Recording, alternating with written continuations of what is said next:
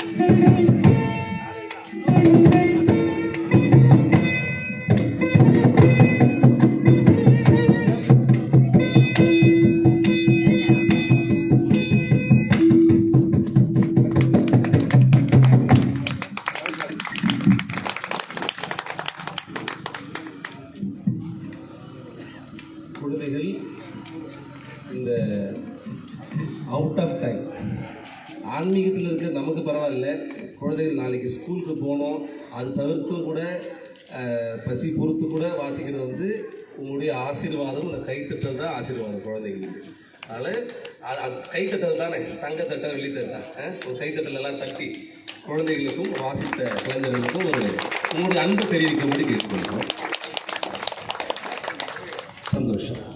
சிவபெருமானுடைய மைந்தன் ஐயப்பன்னு சொன்னோம். அப்படி இந்த பக்கம் வந்தோம்னா பெருமாளுடைய மகாவிஷ்ணுடைய மைந்தனாக இருக்கக்கூடிய ஐயப்ப சுவாமி. அப்ப ஹரிஹர புத்திரனுக்கு இப்ப அரண் முடிஞ்சிருக்கு.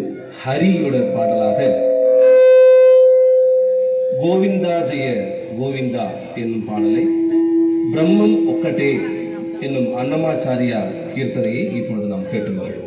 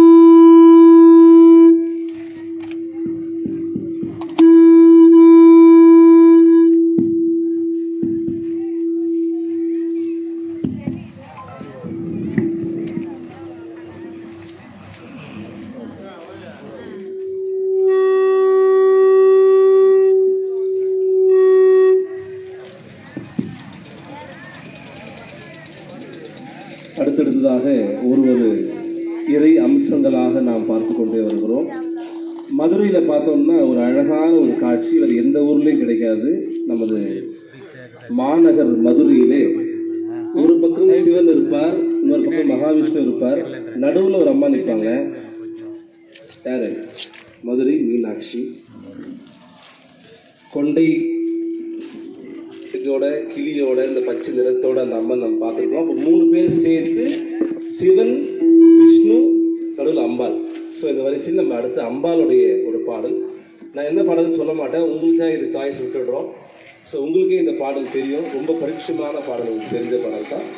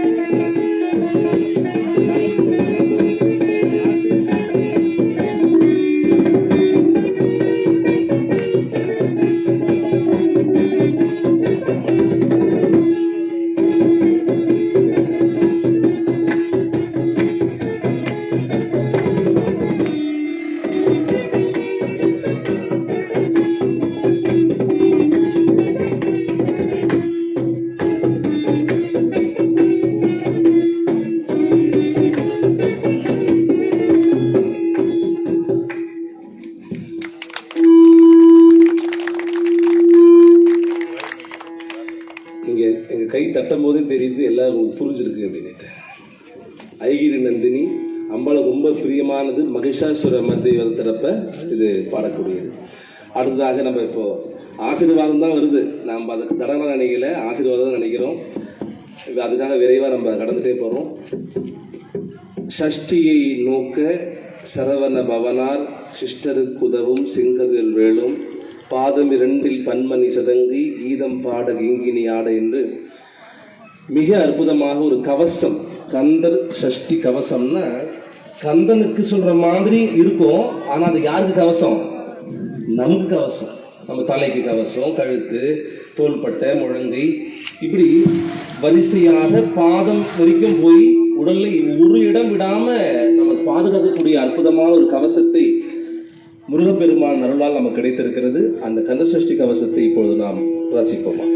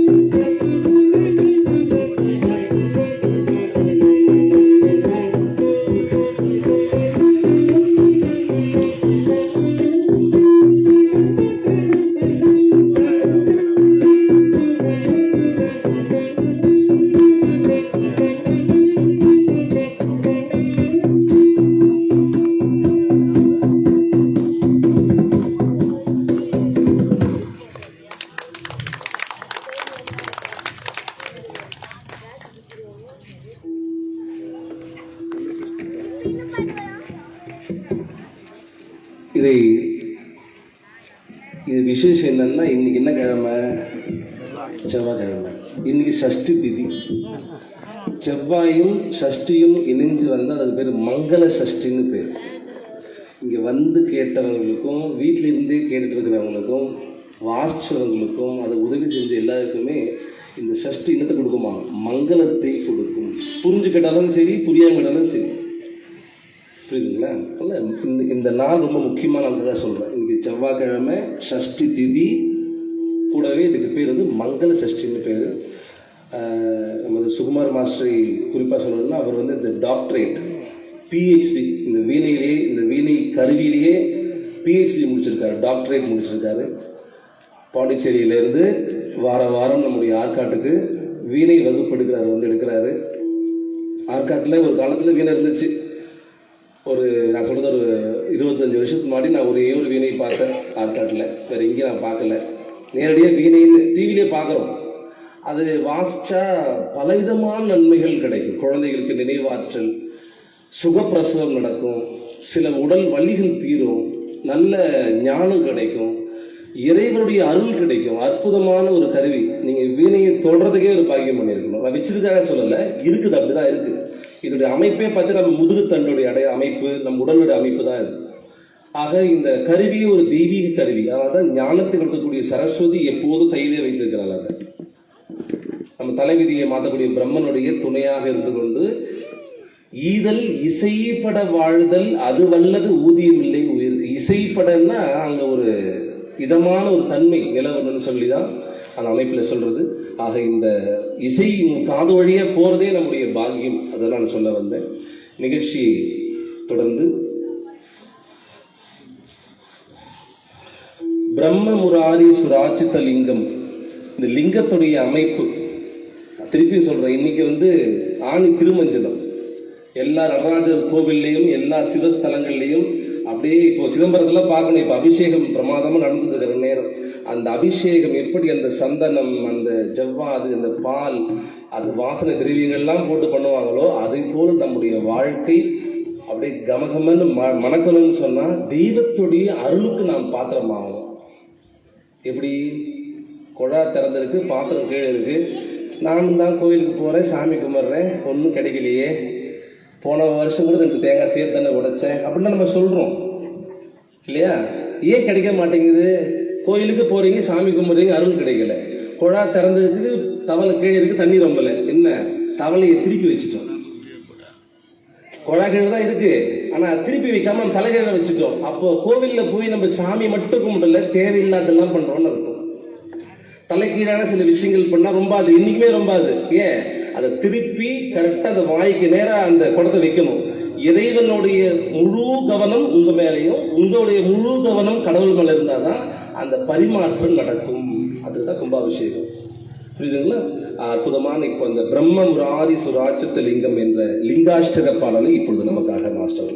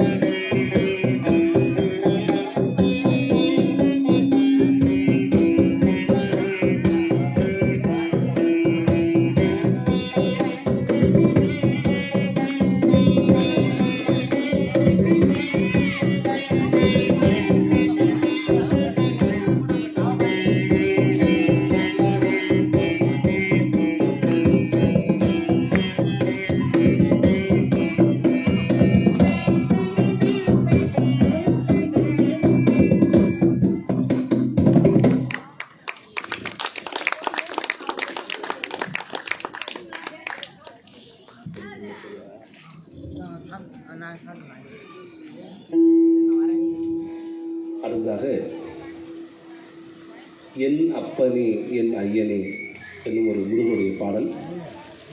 நம்ம திடீர்னு ரொம்ப பாசம் ஜாஸ்தி ஆகிட்டு நம்ம குழந்தையே நம்ம யாருன்னு கூப்பிடுவோம்? என் நெய்னா என் அப்பா சொல்ல மாட்டோம். அப்போ எப்போ நம்ம இறைவனே அப்படி நம்ம கூப்பிடுறோம்னா நம்மளை எவ்வளோ அக்கறையாக அவர் காப்பாற்றினார்னா அவர் நம்மளை அப்படி கூப்பிடுவோம். அப்படின்னா என்னப்பனே என்னையனே, இது ஒரு முருகனுடைய அற்புதமான பாடல், நல்ல கீர்த்தனை. மகிழனும் என்னப்பனே நான் வரேன்.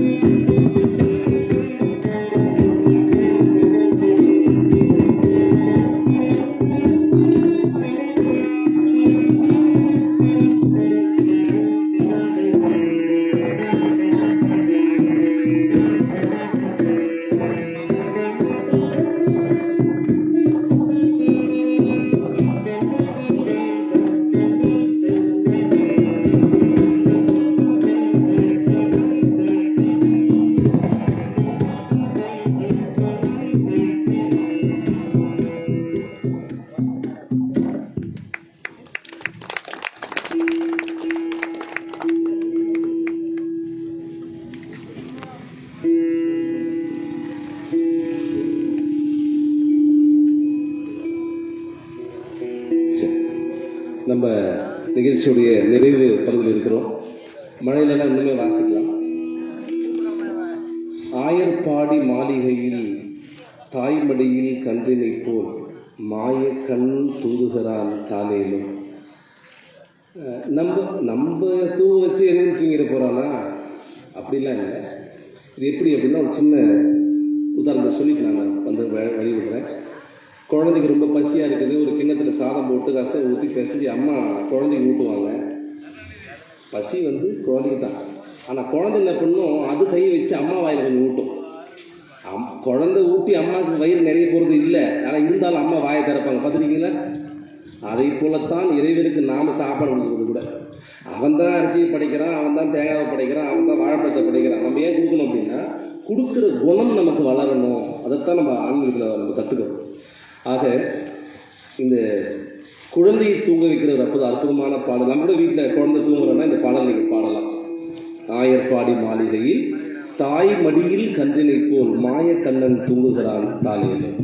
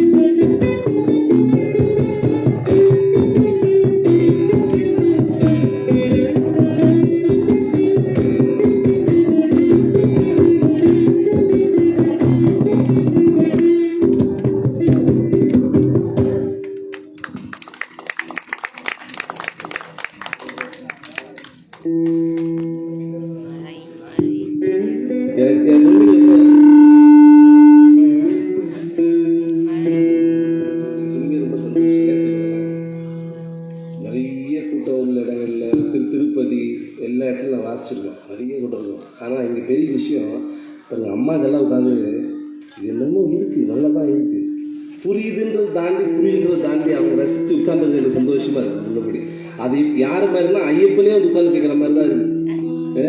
அப்போ ஐயப்பனே வந்துட்டா ஐயப்பனுக்கு ஒரு பாட்டு நம்ம வாசனை ஆமாம், அறிவராசனம் ஐயப்ப சுவாமிக்காக.